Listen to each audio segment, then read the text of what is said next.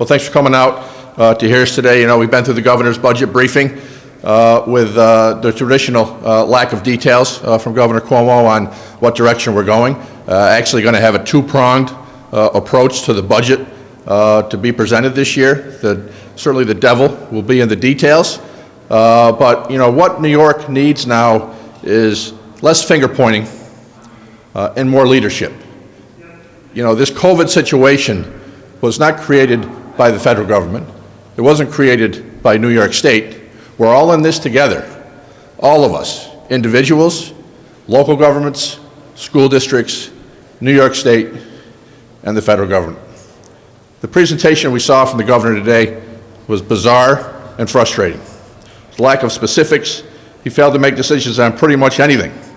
Instead, he seems to be depending on what the federal government will do and begging for more resources and not giving credit to the federal government for resources that have been received through the two COVID packages over this past year.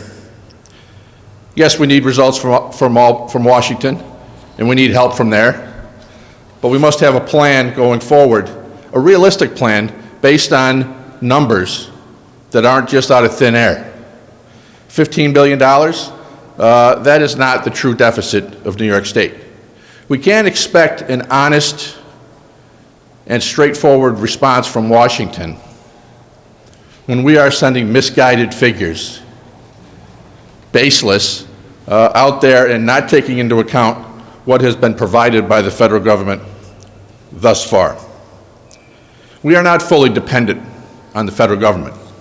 We are New York State. We are New York tough.